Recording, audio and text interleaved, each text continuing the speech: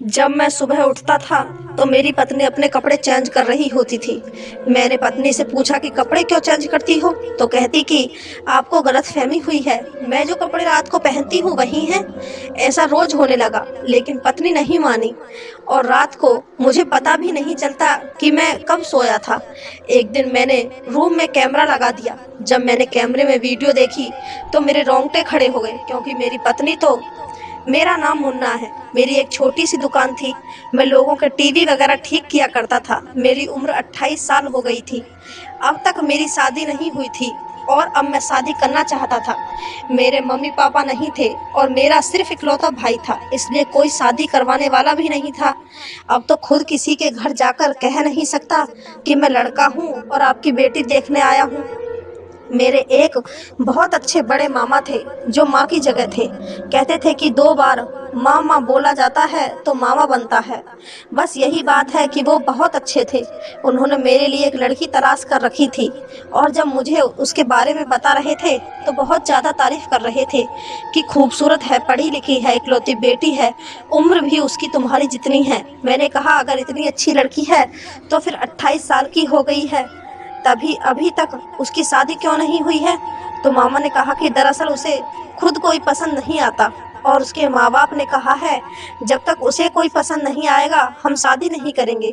तुम्हारी तस्वीर देखकर उसने तुम्हें पसंद कर लिया है, अच्छे लोग हैं, उनसे भी ज़्यादा रिश्तेदार नहीं है, विवाह की रस्म हो जाएगी, दहेज देने वाला कोई नहीं है और हमारी तरफ से भी कोई मांग नहीं है, तो जल्दी जल्दी शादी हो जाएगी। तुम्हारी पत्नी तुम्हारे पास आ जाएगी, न कोई मंगनी की टेंशन, न कोई विदाई लेने का मसला है, बस शादी करके साथ ले जाना है। उसका मामला तो मुझे सेट लग रहा था। मैंने भी मामा को कह दिया कि ठीक है, लेकिन मुझे भी तो लड़की दिखाइए। मगर मामा ने कहा उन्होंने लड़की की फ़ोटो नहीं दी। वो कहते हैं कि हम अपनी बच्ची का फ़ोटो किसी को नहीं देते, ना ही किसी को दिखाते हैं। आपने देख ली है, अगर आपको अपने भांजे से शादी करनी है तो ठीक है, ऐसे लड़कों को हम अपनी बेटी नहीं दिखाते। बड़े लोग देखने आते हैं, अलग बात है। मैंने मामा से कहा लड़की ठीक तो है ना? उन्होंने कहा बिल्कुल ठीक है, फिक्र की ना करो, तुम भरोसा रखो, इतनी ज़्यादा खूबसूरत लड़की तो मैंने आज तक नहीं देखी। फिर मैंने मामा पर भरोसा कर लिया और तैयार हो गया। मेरी पत्नी का नाम सोनी था। वो बहुत ज़्यादा खूबसूरत थी। मामा ने बिल्कुल ठीक कहा था। इसकी उम्र भी मेरी जितनी ही थी, लेकिन 28 साल की नहीं लगती थी, वो 19-20 की लगती थी। किसी को अगर कहते कि 20 साल की है तो वो फौरन मान जाता। शायद वो अपना बहुत ख्याल रखती थी। शादी के बाद 2-4 दिन गुजर गए, लेकिन उसके बाद एक दिन मैंने देखा कि रात को मेरी पत्नी ने कोई और कपड़े पहने थे और सुबह कोई और, लेकिन मुझे याद नहीं था कि उसने कपड़े किस टाइम बदले और क्यों बदले। मैंने कहा रात वाले कपड़े तुमने क्यों बदले? कहने लगी रात वाले कपड़े कौन से हैं, दिन वाले कौन से हैं? ये वही तो हैं जो मैंने रात को पहने थे। लेकिन मुझे अच्छी तरह याद था कि उसने रात को लाल रंग के कपड़े पहने थे और अभी नीले रंग के कपड़ों में थी। मैंने सोचा कि शायद मुझसे कोई गलती हो गई होगी, लेकिन शुरू शुरू में तो पति की पत्नी पर नज़र ही नहीं हटती। वो उसकी छोटी छोटी बातें भी नोट कर लेता है। मेरी पत्नी अच्छी थी, अच्छे तरीके से घर को संभाल रही थी, मेरे साथ भी अच्छे तरीके से रहती थी, सब कुछ बिल्कुल ठीक जा रहा था, जिंदगी अच्छी थी। लेकिन अभी तक वो मुझसे शर्माती थी। एक दिन मैंने उससे कहा ये देखो मैं तुम्हारे लिए फ्रूट ले आया हूँ, आ जाओ तो बैठो फ्रूट खाते हैं। उसने कहा कि मैं धोकर लाती हूँ। वो फ्रूट के लिए मेरे पास बैठी और मैंने अच्छी सी फिल्म लगा दी। वो फल को छीलकर मेरी तरफ रख रही थी और मैं फिल्म देखने में लगा था। एक हाथ से फल उठाकर खा रहा था, लेकिन थोड़ी देर बाद मैंने एक नज़र देखा तो हैरान रह गया कि वो मेरी तरफ छिलके रख रही थी और फ्रूट को कूड़ेदान में फेंक रही थी। उसका मुंह भी टीवी की तरफ था। मैंने कहा कि ये क्या कर रही हो? उसने जब देखा तो हैरान रह गई, कहने लगी वो मुझे पता ही नहीं चला कि ये कब से कब हो गया। फल आपकी तरफ रखना चाहिए तो कूड़े में फेंक रही हूँ और छिलके कूड़े में फेंकने चाहिए तो वो आपकी तरफ रखने लगी। वो इस बात पर हंसने लगी। मैं भी हंस दिया, क्योंकि कभी कभी ऐसा हो जाता है, इंसान का दिमाग भटक जाता है। लेकिन उसके बाद उसने मुझसे कहा, सॉरी, माफ कर दीजिए। मैंने कहा, कोई बात नहीं, हो जाता है। कभी कभी हम लोग रात को बैठकर फिल्म देखते हैं, हमारे दिन अच्छे से गुजर रहे थे, लेकिन अगली रात जाने क्या हुआ, मुझे इतनी ज्यादा गहरी नींद आ गई और सुबह आँख खुली तो पत्नी को फिर से वो कपड़े बदलते हुए देखा था। मैंने अपनी पत्नी से कहा, तुम इतने कपड़े क्यों बदलती हो? तुम्हारे कपड़े रात को और होते हैं, पर दिन में कोई और होते हैं, जबकि तुम्हारे कपड़े तो गंदे भी नहीं होते हैं। उसने कहा, रात वाले कपड़े ही हैं, आपको पता नहीं क्यों शक होता रहता है। मैंने रात को यही कपड़े पहने थे, लेकिन मुझे अच्छी तरह याद था कि उसने रात को कोई और कपड़े पहने हुए थे। लेकिन उसने कपड़े कब बदले, क्यों बदले, ये तो मुझे याद ही नहीं था। मुझे ये भी नहीं याद था कि मैं किस टाइम सोया, मैंने उससे क्या बात की थी। मुझे तो ये भी याद नहीं था कि मेरे कमरे में किस वक्त आया, कब बेड से लेट गया। और इस दिन इसी तरह गुजरने लगे। मेरी पत्नी मेरे सामने खाना रख रही थी, तो मैंने उसका हाथ गौर से देखा, जहाँ पर एक बहुत बड़ा जख्म लगा हुआ था। मैंने कहा, ये क्या हुआ है, तुमने मुझे क्यों नहीं बताया? इतना बड़ा चोट लगा है, चोट को देखकर लगता है कि एक दिन का पुराना है। उसने कहा कि छुरी लग गई थी। मैंने जल्दी से उसके ऊपर दवाई लगाकर पट्टी बांधी। अगर 2 दिन का पुराना घाव इतना गहरा था, तो जिस दिन लगा था उस दिन मेरी पत्नी को दर्द नहीं हुआ था? क्या वो मुझे बता नहीं सकती थी कि इतनी ज्यादा चोट लग गया है? मैं उसे डॉक्टर के पास ले जाता। और हैरान तो मैं इस बात पर था कि जब इंसान सब्जी काटता है तो छुरी उसकी उंगली पर लगती है, यह हाथ पर कैसे लगी है? ये इसकी बाजू के ऊपर कहाँ से लग गई थी, वो भी इतनी गहरी थी?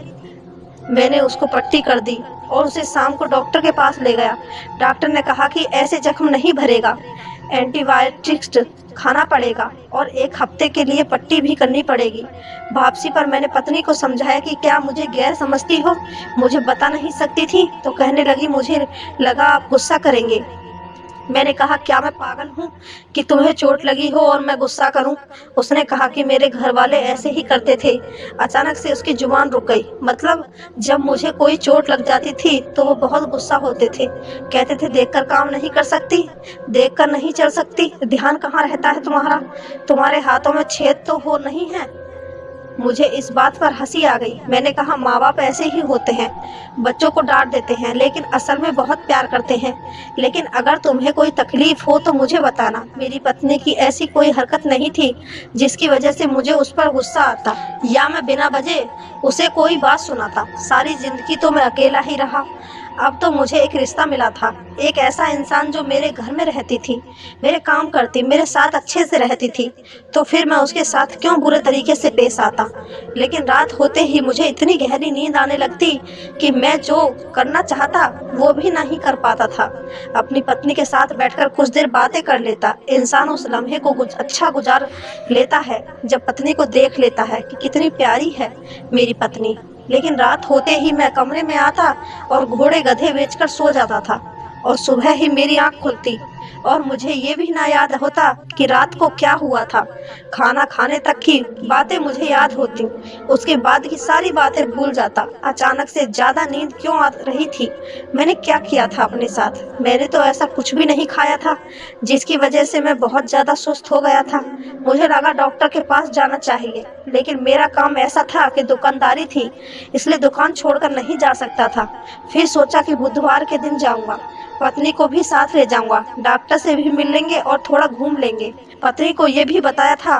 फिर हम दोनों बाजार चले गए, लेकिन उसने मुझे ये कहकर उलझाया, पहले मुझे कपड़े की दुकान पर चलते हैं, फिर कहती कि फिल्म देखते हैं, फिर कहती है कि मुझे कुछ खाना है। इतने में डॉक्टर्स का टाइम गुजर गया। मैंने कहा, चलो कोई बात नहीं, अगले हफ्ते चले जाएंगे।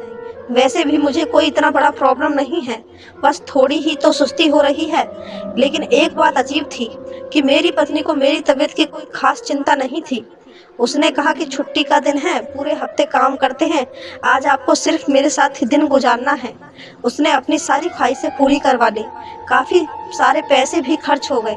फिर मैंने उसे कहा कि इंसान कमाता किस लिए है? पत्नी बच्चों के लिए ही तो कमाता है, और बच्चे होने का अभी कोई कारण नजर नहीं आ रहा था। 2 महीने होने वाले थे, लेकिन पत्नी ने अभी तक कोई खुशखबरी नहीं सुनाई थी। बस जल्दी से एक छोटा सा प्यारा सा बच्चा आ जाता तो मेरी फैमिली पूरी हो जाती। लेकिन ऐसा नहीं हुआ। बस इसी तरह दिन गुजर रहे थे। पत्नी को कपड़े बदलने की बड़ी आदत थी। लेकिन एक बात बहुत हैरान करने वाली थी कि वो जब भी बाजार जाती तो ढेर सारे कपड़े लेती। जो कपड़ा वो एक बार पहन लेती वो दोबारा नहीं पहनती थी।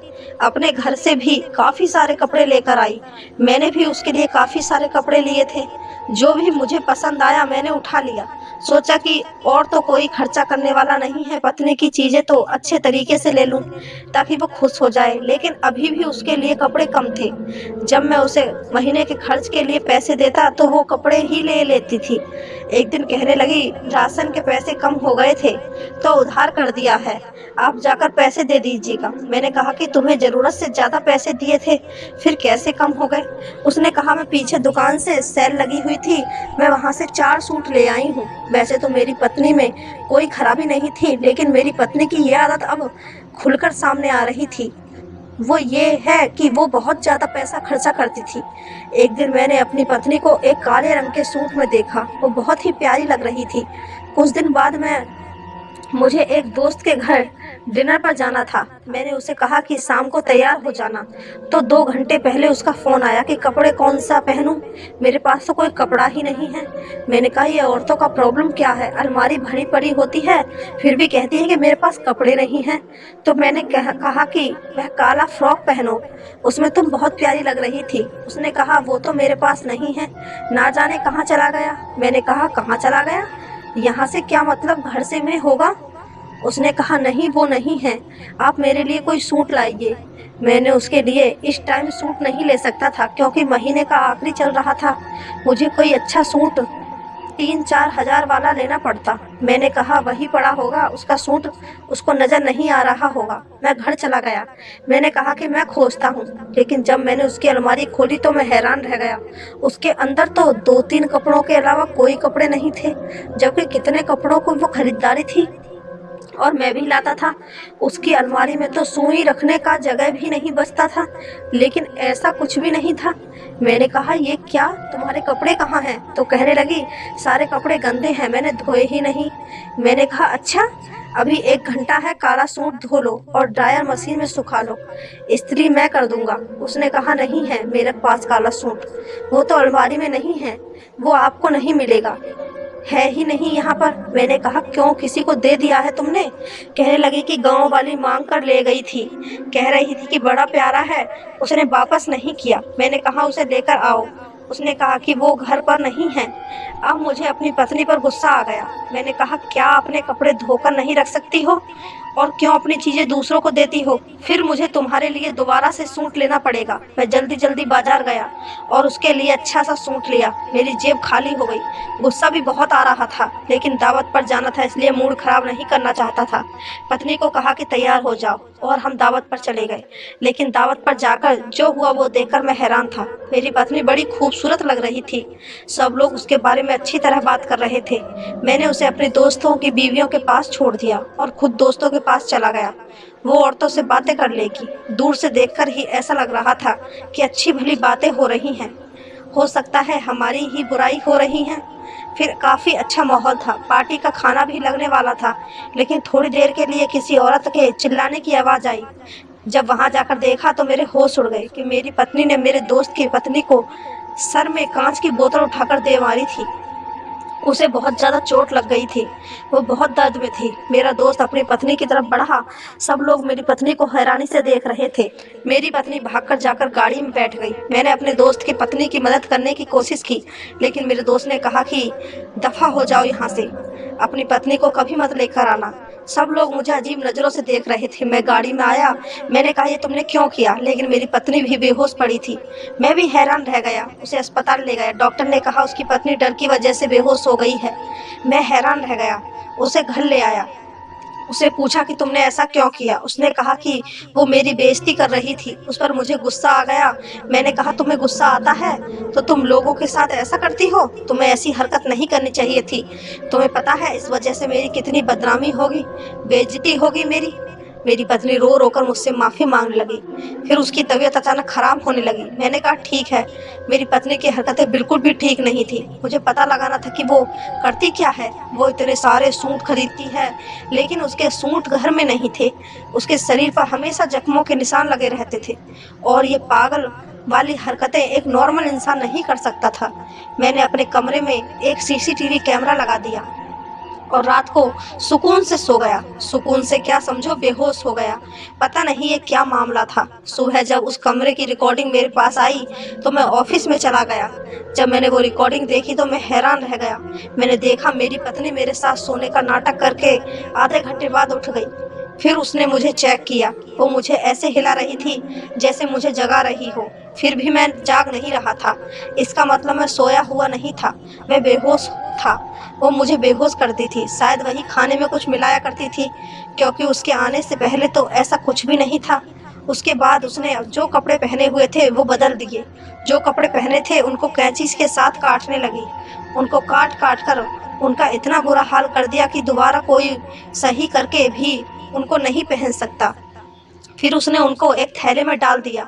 उसने अलमारी का एक हिस्सा खोला जिसके अंदर उसने थैले रख दिए थे।